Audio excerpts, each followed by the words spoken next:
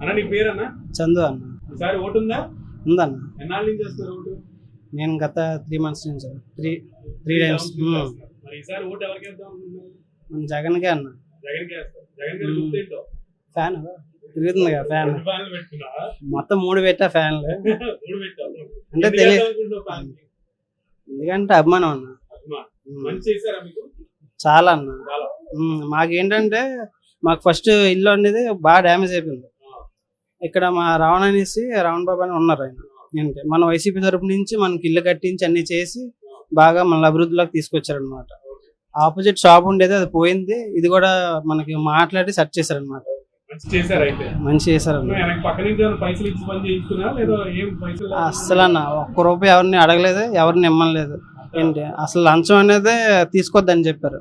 ఏంటి ఎవరు వచ్చినా ఏంటి నిజాయితీగా మాట్లాడి నిజాయితీగా సెర్చ్ చేశారు.